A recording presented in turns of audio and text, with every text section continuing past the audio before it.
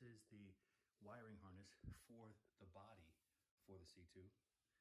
This plug here is actually located inside the firewall, leading to this connection here. I've left enough lead wire so that if you need to service this thing, take the body off, take the dash out, there's enough wiring here so that you have room to move around without tearing something up. This switch here is for the interior dome light for the left door. And it's this light right here on the driver's side. This switch here, when you open it, turns on the driver's side dome lamp.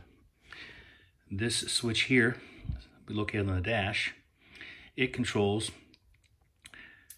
the parking lights for the front and also the parking lights in the back. This switch here controls the front bucket lights in terms of turning them on. This lead here is for the dash lights. So when you turn on the parking lights front and back, the dash comes on as well. Like I said, it's the 5th iteration of it. When I first started, it looked like this. And I'm not proud of that. That was a long time ago. But it works now, and it's cleaned up. Of course, once I put the shrink tubing on this, it'll look really nice. This table here shows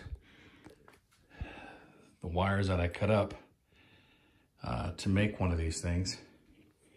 This is what one looks like before I assemble, after I've cut all the wires and before I start my soldering magic on them.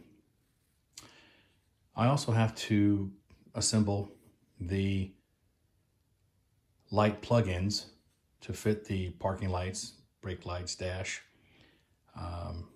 and the front lights. But that's a different video.